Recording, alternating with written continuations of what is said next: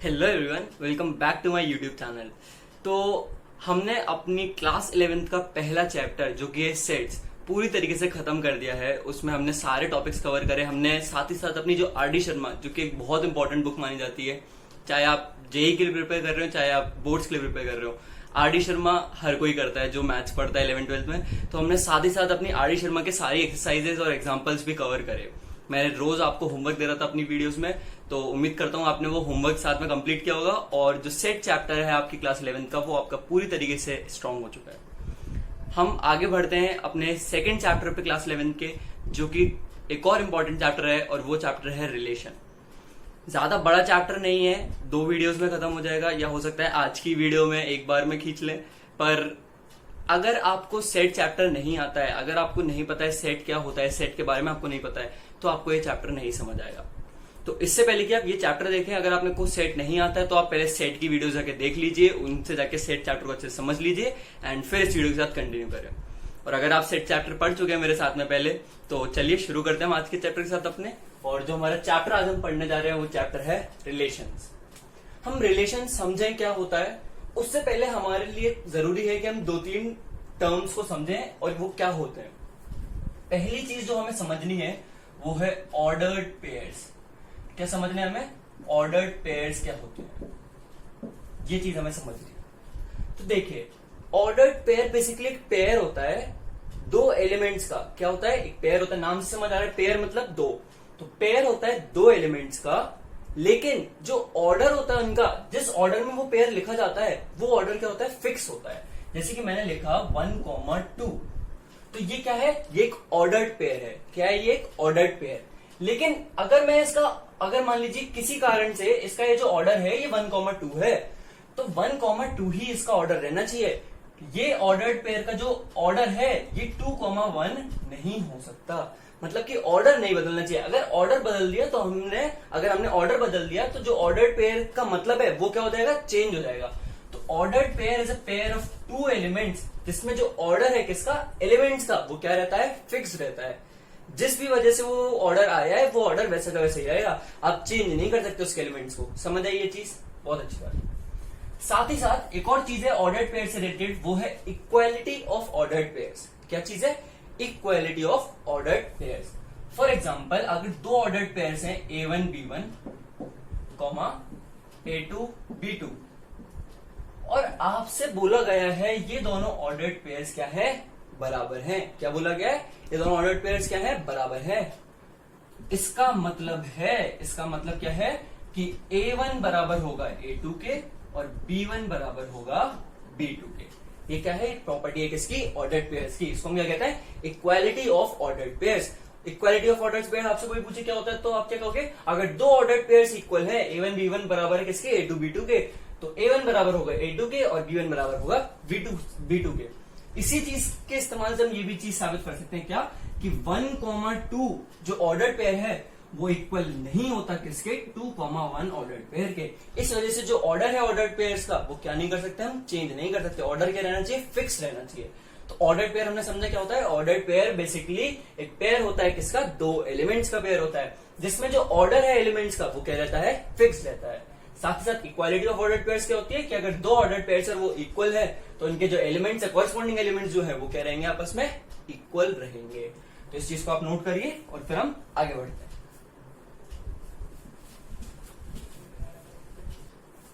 हाँ, तो ध्यान दीजिए, जो अगली चीज अब हमें समझनी है, जब हम ऑर्डर्ड पेयर समझ चुके हैं, जो अगली चीज हमें समझनी है वो चीज है कार्टेशियन प्रोडक्ट। बहुत इंपॉर्टेंट चीज है, पूरा चैप्टर इसी के बेस पे है। अगर आप कार्टेशियन प्रोडक्ट अच्छे से समझ गए तो आपको ये पूरा चैप्टर अच्छे से समझ आ जाएगा। कार्टेशियन प्रोडक्ट निकालना कैसे होता है, क्या चीज होती है, वो चीज ढंग से सुनिए, समझिए, बोर्ड पे पूरा ध्यान दीजिए। तो कार्टेशियन प्रोडक्ट क्या होता है? देखिए, अगर हमारे पास 2 सेट हैं A और B, सेट आपको पता होना चाहिए क्या है, हम पिछले चैप्टर में पढ़ चुके हैं। अगर हमारे पास 2 सेट है A और B, समझ रहे हैं, तो एक ऐसा सेट जिसके अंदर जो एलिमेंट्स हो ना, एक ऐसा सेट जिसके अंदर जो एलिमेंट्स हो वो किस फॉर्म में हो? A, B के फॉर्म में हो। साथ ही साथ वो जो एलिमेंट्स हो उसमें जो A है वो बिलोंग करे क्या? सेट A को, और B जो है वो बिलोंग करे किसको? सेट B को। तो ऐसे एलिमेंट्स के कलेक्शन वाले सेट को हम क्या बोलते हैं, हम कार्टेशियन प्रोडक्ट बोलते हैं। और कार्टेशियन प्रोडक्ट को कैसे रिप्रेजेंट किया जाता है, किन्हीं दो साइड्स के ए क्रॉस बी से। किससे डिनोट किया जाता है, ए क्रॉस बी से। ऐसे आपको थोड़ा सा समझने में दिक्कत होगी, तो हम क्या करते हैं, हम एक एग्जांपल की मदद से समझते हैं कार्टेशियन प्रोडक्ट क्या होता है, आपको ये चीज और अच्छे से क्लियर हो जाएगी। तो देखिए, मैं एक सेट ले रहा हूं ए, जिसके एलिमेंट्स क्या है, 1 और 2, ठीक है। साथ ही साथ मैंने एक और सेट लिया जो कि जिसके एलिमेंट्स क्या है, 2, 3 और 4, ठीक है। दो सेट है ए और बी, ठीक है। अब कार्टेशियन प्रोडक्ट क्या है, एक सेट है, लिखा कैसे जाता है, पहले ए क्रॉस बी की मदद से लिखा जाता है, ठीक है। और ये क्या है, एक सेट है। सेट है तो हमें पता है क्या लगाने हैं, कर्ली ब्रेसेस लगाने हैं, और इसके अंदर क्या आ जाएंगे, एलिमेंट्स आ जाएंगे। साथ ही साथ एलिमेंट्स जो है वो किस फॉर्म में होंगे, ऑर्डर्ड पेयर के फॉर्म में होंगे। ऑर्डर्ड पेयर के फॉर्म में तो होंगे, साथ ही साथ जो पहला एलिमेंट है ए कॉमा बी में, वो पहला एलिमेंट बिलोंग करेगा सेट ए को और दूसरा एलिमेंट बिलोंग करेगा सेट बी को। तो मैंने कहा सेट ए का एक एलिमेंट चुनते हैं, तो मैंने कहा 1 चुन लेते हैं। अब 1 के साथ यहाँ पे बी क्या क्या हो सकता है, तो 1 के साथ 2 हो सकता है, 1 के साथ 3 हो सकता है, और 1 के साथ 4 हो सकता है। सिमिलरली 2 हमने जब चुना सेट ए का, तो 2 के साथ 2 हो सकता है, 2 के साथ 3 हो सकता है, और 2 के साथ 4 हो सकता है। तो ये जो पूरा सेट आपका निकल के आया, ये सेट क्या है, कार्टेशियन प्रोडक्ट है। कार्टेशियन प्रोडक्ट किसका है, दो सेट ए और बी का। ये वैल्यू है किसकी, ए क्रॉस बी की। समझ आई? मैं फिर से आपको बताता हूं कार्टेशियन प्रोडक्ट क्या होता है। Cartesian product is a set. क्या है वो, एक सेट है। उस सेट में जो एलिमेंट्स हैं वो ऑर्डर्ड पेयर की फॉर्म में होते हैं, पहली चीज। दूसरी चीज, जो ऑर्डर्ड पेयर होता है उसमें जो पहला एलिमेंट है, अगर ए क्रॉस बी हम निकाल रहे हैं, अगर हम ए क्रॉस बी निकाल रहे हैं, तो जो पहला एलिमेंट है वो ए को बिलोंग करेगा, दूसरा एलिमेंट बी को बिलोंग करेगा। इसी तरीके से अगर हम बी क्रॉस ए निकाल रहे होते तो जो पहला एलिमेंट है वो किसका होता है, बी का, और दूसरा एलिमेंट होता है किसका, ए का। क्लियर हुई ये चीज? तो ये जिस तरीके से लिखा जाता है उस बेसिस पे हम डिसाइड करते हैं कि ऑर्डर्ड पेयर में जो ऑर्डर रहेगा वो क्या रहेगा एलिमेंट्स का। क्लियर हुई चीज? तो अगर आपसे पूछूं बी क्रॉस ए बताओ क्या होगा, तो बी क्रॉस ए असल में अगर आप थोड़ा बहुत सोच पा रहे हो तो ये जितने भी सारे एलिमेंट्स लिखे ना, जितने भी सारे ऑर्डर्ड पेयर लिखे हुए हैं, इनके ऑर्डर को क्या कर दो आप, रिवर्स कर दो। तो 2,1 3,1 और ऐसे ऐसे आप करते जाओगे तो जो रिजल्ट पूरा यहाँ पे सेट बन के आएगा वो सेट कौन सा होगा, वो सेट होगा बी क्रॉस ए। आप जो नॉर्मल तरीका है उससे निकाल के देखना और ऐसे बस रिवर्स करके देखना, आपको चीज समझ आ जाएगी। आप लॉजिकली सोचेंगे तो बस ऑर्डर रिवर्स करने से आपके पास क्या आ जाएगा, बी क्रॉस ए आ जाएगा।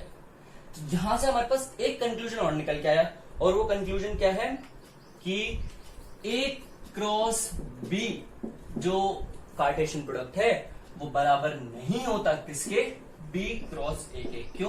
क्योंकि जो एलिमेंट्स का ऑर्डर होता है, जो एलिमेंट्स होते हैं ऑर्डर्ड पेयर, उनका जो ऑर्डर होता है वो क्या होता है, रिवर्स होता है इनका आपस में। तो ये दोनों आपस में क्या नहीं होते, बराबर नहीं होते। तो ये चीज एक इंपॉर्टेंट है। साथ ही साथ आप इसको अच्छे से समझिए कि ये क्या है, ऑर्डर्ड पेयर क्या, मतलब कार्टेशियन प्रोडक्ट क्या होता है, उसके एलिमेंट्स असल में एक ऑर्डर्ड पेयर के फॉर्म में होते हैं। और जिस हिसाब से हम ये लिखते हैं कि अगर ए क्रॉस बी लिखा है तो पहला एलिमेंट क्या होगा, ए सेट को बिलोंग करेगा, दूसरा एलिमेंट बी सेट को बिलोंग करेगा। लेकिन अगर बी क्रॉस ए लिख रहे हैं तो पहला एलिमेंट सेट बी को बिलोंग करेगा और दूसरा एलिमेंट सेट ए को बिलोंग करेगा। साथ ही साथ में अगर आपको एक चीज और बता दूं इसमें, तो वो ये है कि अगर जो जिन दो सेट्स के बीच में हम क्या कर रहे हैं, कार्टेशियन प्रोडक्ट कर रहे हैं। सपोज करिए जो वो दो सेट है ए और बी, ठीक है। हम दो सेट के बीच में क्या कर रहे हैं, कार्टेशियन प्रोडक्ट कर रहे हैं, और वो दो सेट कौन से हैं, ए और बी। ए के अंदर m एलिमेंट्स हैं और बी के अंदर n एलिमेंट्स हैं। इस चीज को मैं कैसे बोल सकता था कि ए की कार्डिनैलिटी है m और बी की कार्डिनैलिटी है n। अगर आपको नहीं पता है कार्डिनैलिटी क्या होता है तो सेट वाला जो चैप्टर है वो जाके देखिए, वहां पे अच्छे समझाया हुआ है कार्डिनैलिटी क्या चीज होती है, ठीक है। तो ए की कार्डिनैलिटी है m और बी की कार्डिनैलिटी है n। तो अगर मैं आपसे पूछूं कि ए क्रॉस बी में, यानी कि ए और बी के कार्टेशियन प्रोडक्ट में कितने एलिमेंट्स होंगे, तो ए क्रॉस बी में m इंटू n एलिमेंट्स होंगे। कितने एलिमेंट्स होंगे, m इंटू n एलिमेंट्स होंगे। क्लियर हुई चीज? तो ये तीन चीजें अच्छे से नोट डाउन करिए। पहले तो कार्टेशियन प्रोडक्ट को नोट डाउन करिए, समझाइए खुद को क्या होती है, क्या चीज होती है। फिर दूसरी इंपॉर्टेंट चीज ये है, ये क्यों बराबर नहीं है वो आप कैसे साबित करोगे। आप ए क्रॉस बी निकालोगे, आप बी क्रॉस से निकालोगे, आपको क्लियरली दिख जाएगा जो एलिमेंट्स है वो क्या नहीं है, वो सेम नहीं है। क्यों? क्योंकि जो ऑर्डर होगा ऑर्डर्ड पेयर्स का वो क्या होगा, रिवर्स होगा। तो ये चीज प्रूव हो जाएगी। और साथ ही साथ में तीसरी चीज आपको क्या लिखनी है कि जिन दो सेट का हम कार्टेशियन प्रोडक्ट कर रहे हैं। अगर एक में m एलिमेंट्स है, दूसरे में n एलिमेंट्स है, तो a क्रॉस b में m इंटू n एलिमेंट्स होंगे। ठीक है, तो ये सारी चीज अच्छे से नोट डाउन करिए, फिर हम आगे बढ़ते हैं। देखिए, ध्यान दीजिए, एक और चीज जो आपको ध्यान रखनी है कार्टेशियन प्रोडक्ट के रिगार्डिंग, जो एक और इंपॉर्टेंट चीज है वो ये है कि जिन दो सेट का हम कार्टेशियन प्रोडक्ट कर रहे हैं, जैसे अगर वो दो सेट कौन से हैं, ए और बी है, अगर ए और बी में n एलिमेंट्स क्या है, कॉमन है। मैं क्या कह रहा हूं, अगर ए और बी में n एलिमेंट्स क्या है, कॉमन है, तो a क्रॉस b में और b क्रॉस a में कितने एलिमेंट्स कॉमन होंगे, a क्रॉस b में और b क्रॉस a में कितने एलिमेंट्स कॉमन होंगे, n स्क्वायर एलिमेंट्स क्या होंगे, कॉमन होंगे। क्लियर है ये चीज? तो ये जो फॉर्मूला है, ये जो रिजल्ट है सॉरी, ये जो रिजल्ट है इसे भी आप अच्छे से नोट डाउन करिए, बहुत इंपॉर्टेंट है ये भी, कि अगर a और b में n एलिमेंट्स कॉमन है तो a क्रॉस b और b क्रॉस a में कितने एलिमेंट्स कॉमन होंगे, n स्क्वायर एलिमेंट्स क्या होंगे, कॉमन होंगे। तो इस चीज को भी, इस रिजल्ट को अच्छे से नोट डाउन करिए कार्टेशियन प्रोडक्ट के साथ। अब ये जो चीज हमने पढ़ ली है ना, इनके बेसिस पे आप आराम से जो आपकी आर.डी. शर्मा की सेकंड चैप्टर की फर्स्ट एक्सरसाइज है और उससे पहले के जितने भी एग्जांपल है, बहुत आराम से आप कर सकते हैं। तो आपका एक होमवर्क तो अभी से फिक्स हो गया है, वो क्या है, आर.डी. शर्मा की एक्सरसाइज 2.1 और उससे पहले के एग्जाम्पल्स। ठीक है, उससे पहले के एग्जाम्पल्स ये आपको कर देने हैं आज ही आज में। अगर आप कर देंगे साथ साथ वीडियो के, तो आपका कोर्स निपटता चला जाएगा, आपके लिए चैप्टर क्या होते जाएंगे, क्लियर होते चले जाएंगे। आगे बढ़ते हैं हम अपनी अगली चीज के साथ। ध्यान दीजिए, जो अगली चीज हमें इस चैप्टर के अंदर समझनी है, वो इस चैप्टर की जो मेन चीज वो है रिलेशन क्या होता है। तो रिलेशन पहले हम एक एग्जांपल की मदद से समझेंगे क्या चीज होती है, रिलेशन की क्या प्रॉपर्टीज होती हैं, एंड फिर हम रिलेशन को रिप्रेजेंट करने के तरीके देखेंगे। तो देखिए, मैंने एक सेट लिया ए जिसके एलिमेंट्स हैं 1, 3, 5। ठीक है, ये इसके एलिमेंट्स। दूसरा मैंने एक एलिमेंट लिया बी जिसके एलिमेंट्स हैं 2, 7, 4। ठीक है, ये दो मैंने एलिमेंट्स लिए, या फिर 2, 7, 3 ले लेते हैं, चलो। ठीक है, तो ये दो मैंने सेट लिए। ठीक है, मैंने लिखा आर, हमने सेट वाले चैप्टर में सेट बिल्डर फॉर्म पढ़ी हुई है। तो अगर आपको नहीं पता है सेट बिल्डर फॉर्म क्या होती है, तो फिर से बोल रहा हूँ, सेट वाली वीडियोस बनी हुई है सेट चैप्टर की। अगर आपको सेट चैप्टर अच्छे से आता है तो आपको ये चैप्टर बहुत आराम से समझ आएगा। तो मैं यहाँ पे जो लिखने जा रहा हूँ वो सेट बिल्डर फॉर्म में लिखने जा रहा हूँ। आर एक सेट है, उसके बारे में बताने जा रहा हूँ सेट बिल्डर फॉर्म में। तो आपको उम्मीद करता हूँ समझ आ जाएगा अगर आपने सेट बिल्डर फॉर्म पढ़ा हुआ है तो आर कुछ इस तरीके से है कि जो उसके एलिमेंट्स हैं उन सारे एलिमेंट्स को कौन रिप्रेजेंट करेगा, ए कॉमा बी। आर जो सेट है उसके एलिमेंट्स को कौन रिप्रेजेंट कर रहा है, ए कॉमा बी। यानी कि आर के जो एलिमेंट्स होने वाले हैं वो सारे किस फॉर्म में होने वाले हैं, वो ऑर्डर्ड पेयर की फॉर्म में होने वाले हैं। अब ये जो ऑर्डर्ड पेयर्स होंगे आर सेट के, वो किस तरीके से होंगे, तो ये जो एलिमेंट्स होंगे ये सच दैट होंगे कि ए जो है वो बिलोंग करेगा ए को, साथ ही साथ बी जो है वो बिलोंग करेगा बी को, और तीसरी कंडीशन क्या है कि ए छोटा होगा किससे, बी से। ठीक है, तो मैंने क्या बोला, एक सेट है आर। ठीक है, उसके एलिमेंट्स को कौन रिप्रेजेंट कर रहा है, ए कॉमा बी रिप्रेजेंट कर रहा है, यानी कि एक ऑर्डर्ड पेयर रिप्रेजेंट कर रहा है। इसका मतलब क्या कि आर सेट के जितने भी एलिमेंट्स होंगे वो सारे किस फॉर्म में होंगे, वो ऑर्डर्ड पेयर की फॉर्म में होंगे।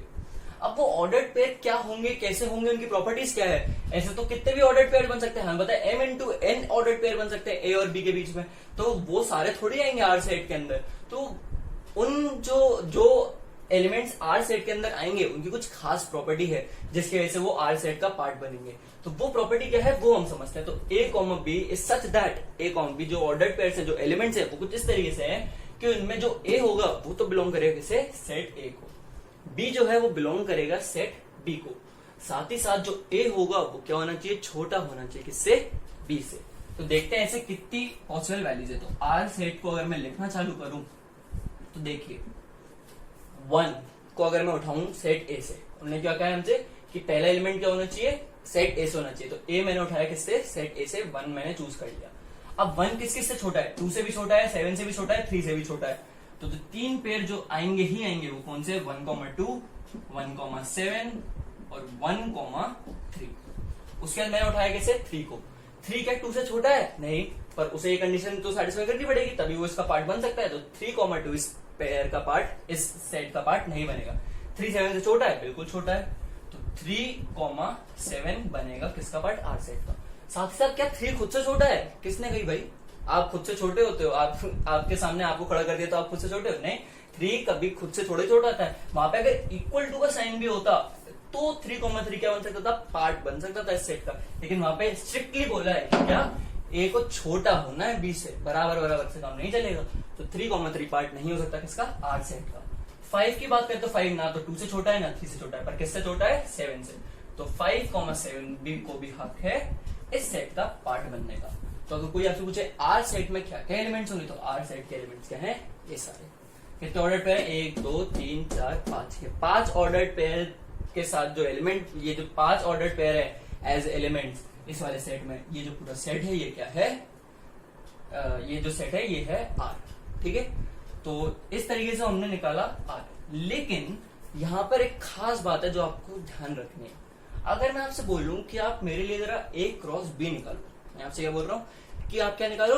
ए क्रॉस बी निकालो। तो ठीक है, हम तसल्ली से हमने अभी सीखा है कि ए क्रॉस बी क्या होता है। तो ए क्रॉस बी हम निकालते हैं। तो ए क्रॉस बी में आएंगे 1,2, साथ में बोलते चलिए 1,7 1,3, फिर अगर जब हम 3 उठा लेंगे तो 3,2 3,7 3,3, ठीक है। फिर जब हम 5 उठा लेंगे तो 5,2 5,7 एंड 5,3, ठीक है। तो ये सारे एलिमेंट्स आएंगे किसमें? ए क्रॉस बी, जो कार्टेशियन प्रोडक्ट है हमारा सेट ए और सेट बी का, उसमें। मैं आपसे पूछ रहा हूं एक सवाल, वो ये कि क्या सेट आर के जितने भी एलिमेंट्स हैं, क्या वो सारे एलिमेंट्स ए क्रॉस बी में हैं या नहीं? मैंने आपसे क्या पूछा कि ये बताओ चेक करके कि आर सेट के जो एलिमेंट्स हैं वो ए क्रॉस बी में हैं या नहीं।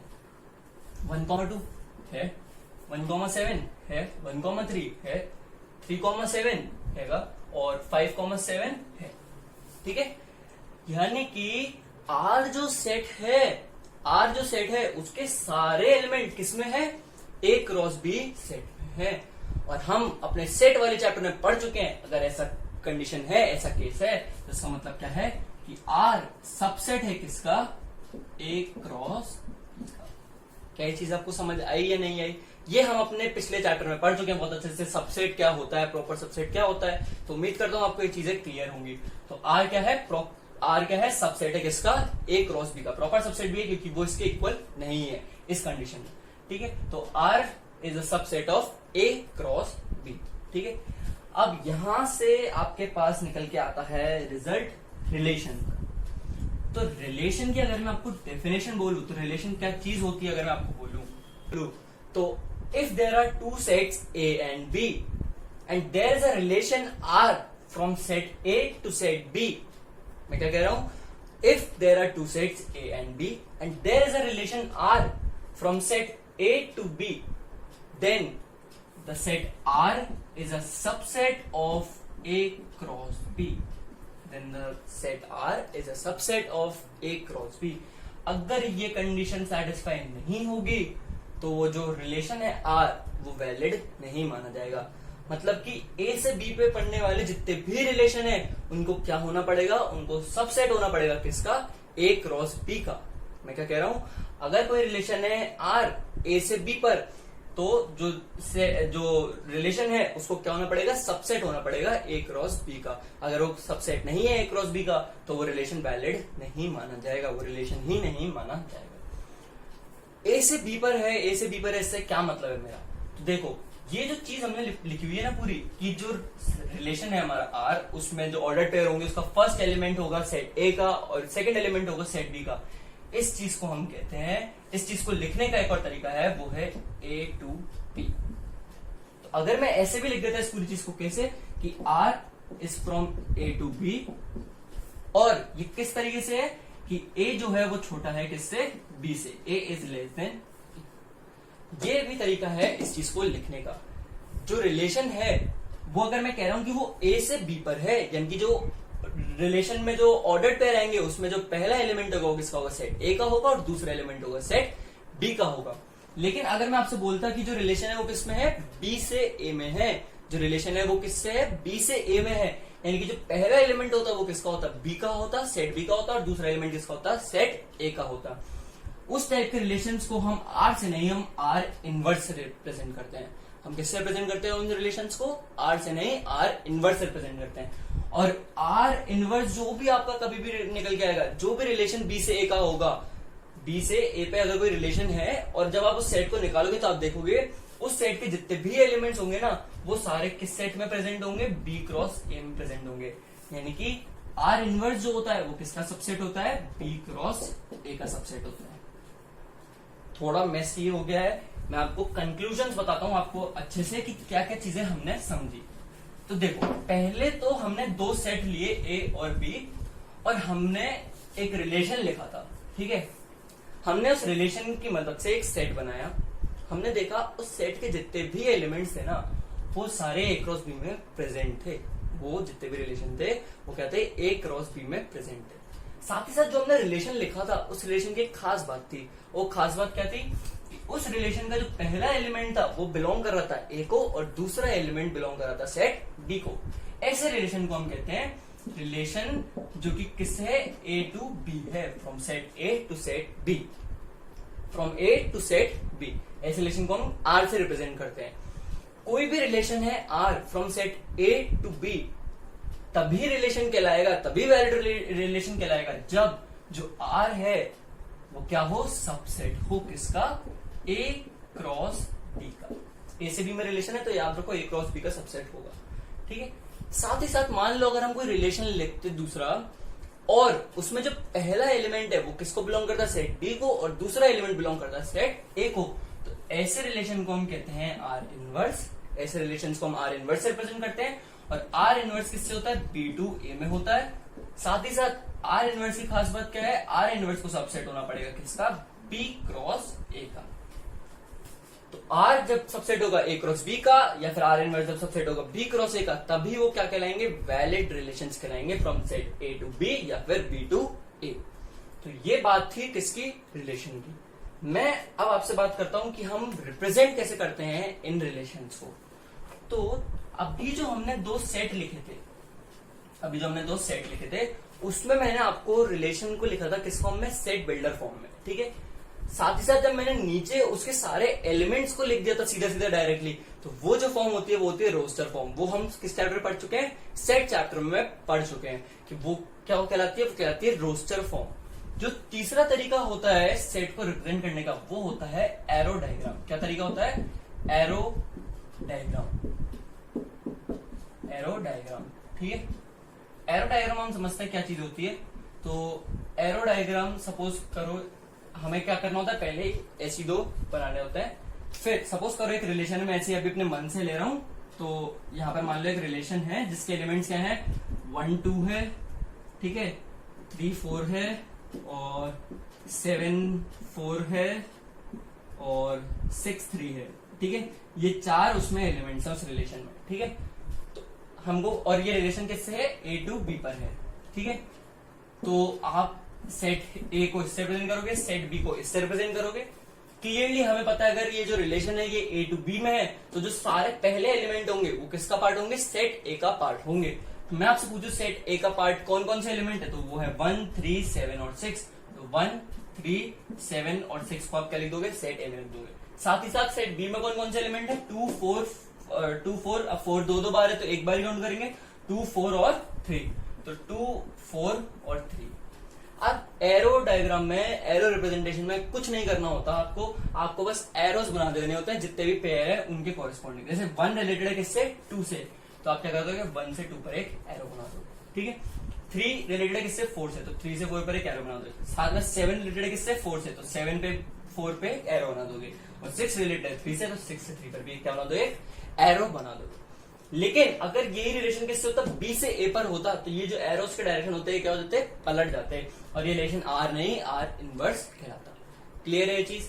तो ये तरीका होता है एरो डायग्राम से रिप्रेजेंट करने का किसको, सेट को। एक और तरीका है और आखिरी तरीका है क्या बोलते हैं, रिलेशंस को रिप्रेजेंट करने का, वो तरीका है लैटिस डायग्राम। क्या तरीका है? Lattice diagram. लैटिस डायग्राम कुछ नहीं है, जैसे हम एक्स एक्सिस वाई एक्सिस में पॉइंट्स को रिप्रेजेंट करते हैं, उसी तरीके से हम लैटिस डायग्राम में जो रिलेशन के जो ऑर्डर्ड पेयर्स होते हैं उनको रिप्रेजेंट करते हैं। जैसे कि 1,2, तो मान लीजिए ये एक्स एक्सिस पे सारे सेट ए के एलिमेंट्स लिखे जाएंगे और यहाँ पे सेट बी के सारे एलिमेंट्स होंगे। तो ये 1 है और वाई एक्सिस ये 2 पॉइंट है, तो 1,2 ये जो ऑर्डर्ड पेयर है ये कहां पर होगा? यहीं पे, यहाँ पे कहीं पे होगा। फिर दूसरा ऑर्डर पेयर क्या है? 3,4। तो मान लीजिए अगर ये 0.3 है और ये 0.4 है, तो जो ऑर्डर पेयर है 3,4 मान लो वो यहाँ कहीं होगा, ठीक है। तीसरा है 7,4, तो 7 मान लो यहाँ पे कहीं पे है, तो 7,4 ये पॉइंट होगा। और लास्ट है 6,3, तो 6 अगर यहाँ पे है और 3 अगर यहाँ पे है, तो 6,3 यहाँ पे कहीं पे होगा। जब आपने सारे पॉइंट्स मार्क कर लिए हैं अपने लैटिस डायग्राम पे, तो आपको कुछ नहीं करना है, आपको बस एक्स एक्सिस और वाई एक्सिस पे इनसे पास होती हुई लाइंस बना देनी है। मतलब जिन जिन पॉइंट से पास हो रहे हैं उन पॉइंट पे क्या बना देनी है? आपको बस लाइन बना देनी है। ये जो तरीका होता है, ये तरीका क्या कहलाता है? Lattice diagram. ये तरीका है लैटिस की फॉर्म में रिप्रेजेंट करने है किसको? किसी रिलेशन को, ठीक है। तो ये 4 तरीके होते हैं रिलेशन को रिप्रेजेंट करने के: set builder form, roster form, lattice diagram और एरो डायग्राम। तो ये अच्छे से नोट डाउन करिए। साथ ही साथ इन फॉर्म्स में हम किसे भी रिप्रेजेंट कर सकते हैं? कार्टेशियन प्रोडक्ट को। अगर आपको कोई बोले कार्टेशियन प्रोडक्ट है A क्रॉस B, उसको रिप्रेजेंट करो एरो डायग्राम में, तो आप क्या करोगे? सेट A के सारे एलिमेंट्स को निकाल लोगे, सेट B के सारे एलिमेंट्स को निकाल लोगे, और ये जो जैसे भी हिसाब से दे रखे हैं, 1 से 2 में दे रखा है तो आप 1 से 2 में एक एरो बना दोगे। फिर 1 से 7 में दे रखा है तो यहाँ पे अगर एक एलिमेंट होता है 7, तो 1 से 7 में आप एरो बना दोगे। सिमिलरली पॉइंट्स के तरीके से आपने लैटिस डायग्राम में भी रिप्रेजेंट कर सकते हो। तो ये तरीके किसको भी रिप्रेजेंट करने के हैं? ये तरीके हैं कार्टेशियन प्रोडक्ट को भी रिप्रेजेंट करने के, ठीक है। तो आप इस चीज को नोट करिए, फिर हम आगे बढ़ते हैं। देखिए, तो अब लॉजिकल तौर पे अगर मैं आपको बोलूं तो हमारा पूरा चैप्टर खत्म हो चुका है, हम सारी चीजें कवर कर चुके हैं पूरे चैप्टर की। मैं आपको सिर्फ बताना चाहता हूं कि आपसे इस चैप्टर में किस पैटर्न के क्वेश्चन पूछे जाएंगे और आपको उनको कैसे अटेम्प्ट करना है, क्या सही तरीका है उन्हें अटेम्प्ट करने का। तो जैसे अगर मैं पहला अगर आपसे बात करूं तो आपसे किस तरीके से क्वेश्चन पूछे जाएंगे, तो हमने कार्टेशियन प्रोडक्ट पढ़ लिया है। कार्टेशियन प्रोडक्ट कैसे होता है? A क्रॉस B होता है और एलिमेंट्स होता है। आपको क्या करेंगे वो लोग? आपको कार्टेशियन प्रोडक्ट दे देंगे और यहाँ पे एलिमेंट्स लिखे होंगे, जैसे 1, 2 लिखा है, फिर 2, 3 लिखा है, और ऐसे एलिमेंट्स लिखे हुए हैं कार्टेशियन प्रोडक्ट। और आपसे बोलेंगे क्या निकालो? A और B सेट निकालो। तो सीधी सी बात है, बहुत आसान है, हमें पता है क्या? कार्टेशियन प्रोडक्ट में जो पहला एलिमेंट होता है वो किसको बिलोंग करता है? अगर A क्रॉस B हम निकाल रहे हैं तो पहला एलिमेंट किसको बिलोंग करेगा? सेट A को, और दूसरा एलिमेंट बिलोंग करेगा सेट B को। तो अब सारे फर्स्ट वाले जो वैल्यूज हैं उनको उठाओ और उनका एक सेट बना दो।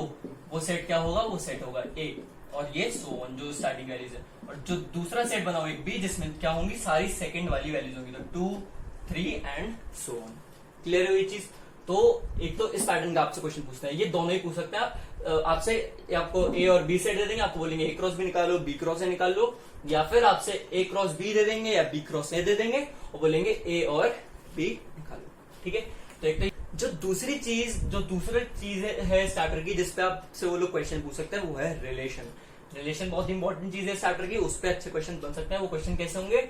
हमने एक पैटर्न तो अभी समझा, वो क्या कि आपको सेट बिल्डर फॉर्म में रिलेशन दे दिया जाएगा, आपको दोनों सेट दे दिए जाएंगे A और B, आपसे बोला जाएगा रिलेशन निकालो। उस पे हमने अभी भी देखा हमें कैसे करना है। हमें कुछ नहीं करना है, सेट A और सेट B से एक करके वैल्यूज चूज करनी है और देखना है कौन सी वो वैल्यूज का पेयर है जो उस रिलेशन को क्या करे? सेटिस्फाई करे।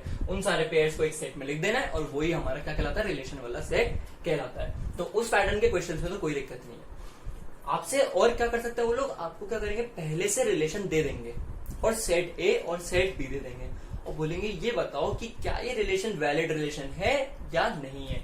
तो मैंने आपको सीधा सीधा लॉजिक बताया है। अगर रिलेशन A to B है तो आप क्या चेक कर दो कि जो रिलेशन है वो क्या है? सबसेट है कि नहीं किसका? A क्रॉस B का। लेकिन अगर सेट B to A है तो आप क्या चेक कर दो कि जो रिलेशन है, जो रिलेशन दिया हुआ है आपको, वो क्या है? सबसेट है क्या B क्रॉस A का या नहीं, ठीक है। क्या करेंगे वो? आपको रिलेशन दे देंगे, सेट A दे देंगे, सेट B दे देंगे। तो आपको क्या करना है? आपको पहले A क्रॉस B और B क्रॉस A निकालना है। और हमें पता है कार्टेशियन प्रोडक्ट कैसे निकालना होता है। तो आप A क्रॉस B निकाल लो और B क्रॉस A निकाल लो। फिर जिस भी हिसाब से दे रखा हो आपको, चाहे आर दे रखा हो या आर इनवर्स दे रखा हो, अगर आर दे रखा है तो आप चेक करो कि आर के जितने भी सारे एलिमेंट्स हैं क्या वो ए क्रॉस बी में है या नहीं है। अगर आर इनवर्स दे रखा है तो आप चेक करो कि आर इनवर्स के जितने भी सारे एलिमेंट है वो बी क्रॉस ए में है या नहीं है। अगर है तो हम कह सकते हैं क्या कि जो आर दे रखा है या आर इनवर्स दे रखा है वो सबसेट है किसके, ए क्रॉस बी के या फिर बी क्रॉस ए के। और अगर ये कंडीशन है तो हम कह देंगे कि जो रिलेशन है वो क्या है, सही है। वो रिलेशन क्या है, सही है। सिर्फ और सिर्फ आपको एक ही कंडीशन चेक करनी है, अगर आपको रिलेशन वैलिड है या नहीं ये चेक करना है तो क्या कि वो सबसेट है कि नहीं, किसके, ए क्रॉस बी के या बी क्रॉस ए के। अगर आर दे रखा है तो ए क्रॉस बी का और आर इनवर्स दे रखा है तो बी क्रॉस ए का। तो ये ही पैटर्न्स है जिन पे आपसे वो क्वेश्चन पूछेंगे। ठीक है, तीसरी एक और इंपॉर्टेंट चीज जो इस चैप्टर की रह गई है वो मैं आपको एक और बता देता हूँ। वो क्या, कोई रिलेशन है आर और उसके एलिमेंट सपोज करो ऐसे है 1 2, ठीक है, फिर यहाँ पे मान लो 3 4 फिर 7 6 ऐसे करके एलिमेंट्स हैं। ठीक है, तो जो पहला एलिमेंट होता है इस रिलेशन का, पहला एलिमेंट होता है इस रिलेशन का, वो कहलाता है डोमेन। इस रिलेशन की क्या कहलाता है, वो डोमेन कहलाता है। तो अगर आपसे कोई बोले रिलेशन आर की डोमेन बताओ क्या है, तो आप क्या करोगे, एक सेट बनाओगे डोमेन करके, या डी मान लो, डी से हमने डोमेन को रिप्रेजेंट करा, तो एक सेट बनाओगे डी और उसमें क्या कर दोगे, जितने भी फर्स्ट एलिमेंट, फर्स्ट जो वैल्यू है ऑर्डर पेयर की वो क्या कर दोगे, उसको लिख दोगे। तो ये जो फर्स्ट वैल्यू का जो सेट बनेगा ये कहलाता है क्या, domain of relation R. Domain किसकी, रिलेशन आर की। दूसरी चीज रेंज के बारे में बात करूं तो ये जो दूसरी वैल्यू होती है ये क्या कहलाती है, कहलाती है रेंज ऑफ रिलेशन आर। तो आप क्या करोगे, आर से नहीं, या फिर आपसे बस खाली पूछ लेंगे रेंज बताओ, तो आप क्या करोगे, रेंज लिखोगे और कॉमा लगा के वैल्यूज लिखते चले जाओगे। तो यहाँ पे रेंज क्या क्या है, 2 है 4 है 6 है एंड जो भी और सेकंड वैल्यू दे रखी है। तो इस तरीके से आपसे डोमेन और रेंज पूछते हैं कि डोमेन और रेंज क्या है रिलेशन आर की। तो आप कुछ नहीं है, डोमेन रेंज है, पहली वैल्यू जो होती है वो कहलाती है डोमेन रिलेशन आर की और दूसरी वैल्यू जो होती है वो कहलाती है रेंज रिलेशन आर की। ठीक है, एक और चीज जो इस चैप्टर में आपको देखने को मिलेगी वो ये कि ये जो एलिमेंट्स दे रखे ना आपको, ये मैं अभी कैसे लिख रहा हूं, ऑर्डर्ड पेयर की फॉर्म में लिख रहा हूं। इन्हीं जो एलिमेंट्स है इनको मैं कुछ इस तरीके से भी लिख सकता हूं, कैसे, 1r2 3r4 7r6। इसका मतलब क्या है कि 1 is related to 2, 3 is related to 4, 7 is related to 6। मतलब कि जो रिलेशन हमको दे रखा था, जिसके बेसिस पे ये जो सेट है हमारे निकल के आया, उस सेट को सेटिस्फाई करने वाले ये पेयर्स हैं। उन पेयर्स के बदौलत हम कह सकते हैं कि 1 जो है वो रिलेटेड है किससे, 2 से, 3 जो है वो रिलेटेड है किससे, 4 से।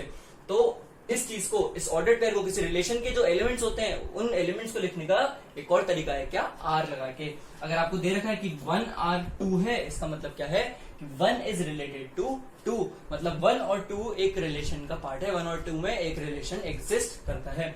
लेकिन अगर ऐसा नहीं है और मैं इस पे यहाँ पे डंडा लगा दूं, ऐसे क्रॉस मार दूं, तो मैं इसको क्या कर दूंगा कि 1 is not related to 2, 1 is not related to. तो जैसे आपसे कुछ ऐसे क्वेश्चन पूछ जाएंगे, मान लो आपको एक रिलेशन दे दिया है और आपसे बोला जाए बताओ कि क्या ये रिलेशन एक वैलिड रिलेशन है या नहीं है, और अगर नहीं है तो कौन कौन से ऐसे एलिमेंट्स हैं जिनकी वजह से नहीं है। तो आप कैसे लिख दोगे, मान लो 3,4 वो एलिमेंट है जिसकी वजह से ये रिलेशन नहीं है। पहले चेक कैसे करना है, चेक आपको ऐसे करना है कि आप चेक करोगे कि आर जो है वो क्या होना चाहिए, सबसेट होना चाहिए ए क्रॉस बी का। अब मान लो ये एलिमेंट ए क्रॉस बी में था, ये एलिमेंट ए क्रॉस बी में था, ये वाला नहीं था, तो आप क्या करोगे, since 3 is not related to 4, इस वजह से ये जो सेट है ये क्या नहीं है, वैलिड रिलेशन नहीं है।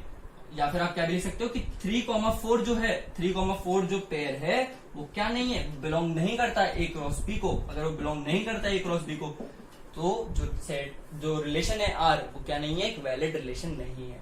तो इसी पैटर्न के आपके पास क्वेश्चन बनते हैं इस चैप्टर में, और यही सब कुछ है इस चैप्टर में। बाकी डायग्रामेटिक रिप्रेजेंटेशन वगैरह आपको बता ही दिया मैंने, कैसे रिप्रेजेंट करते हैं हम सेट को। तो अब आपको इस चैप्टर की पूरी तरीके से अच्छी तरीके से आरडी खत्म कर देनी है। कुछ नहीं है इस चैप्टर में, बस आपको रिलेशन दे रखे हैं, वो रिलेशन निकालने हैं आपको, उनको रिप्रेजेंट करना, आपको समझना कार्टेशियन प्रोडक्ट क्या होता है, और इन्हीं में ही आपको खेलना है। और रिलेशन चेक है करना वैलिड है कि नहीं है, ये आपको आ ही गया। फिर आपको साथ साथ में कार्टेशियन प्रोडक्ट से सेट और सेट से कार्टेशियन प्रोडक्ट निकालना, वो भी आ गया। 2 फॉर्मूले मैंने आपको बताया कि अगर ए और बी 2 सेट है, ए में m एलिमेंट्स है, बी में n एलिमेंट्स है, तो ए क्रॉस बी में m इंटू n एलिमेंट्स होंगे। अगर ए और बी में n एलिमेंट्स कॉमन है तो a क्रॉस b और b क्रॉस a में n स्क्वायर एलिमेंट्स क्या होंगे, कॉमन होंगे। तो ये चीज है। एक और चीज जो आपकी रह गई है वो है, देखिए ये थोड़ा आपको समझना पड़ेगा, तो मैं बता देता हूं आपको।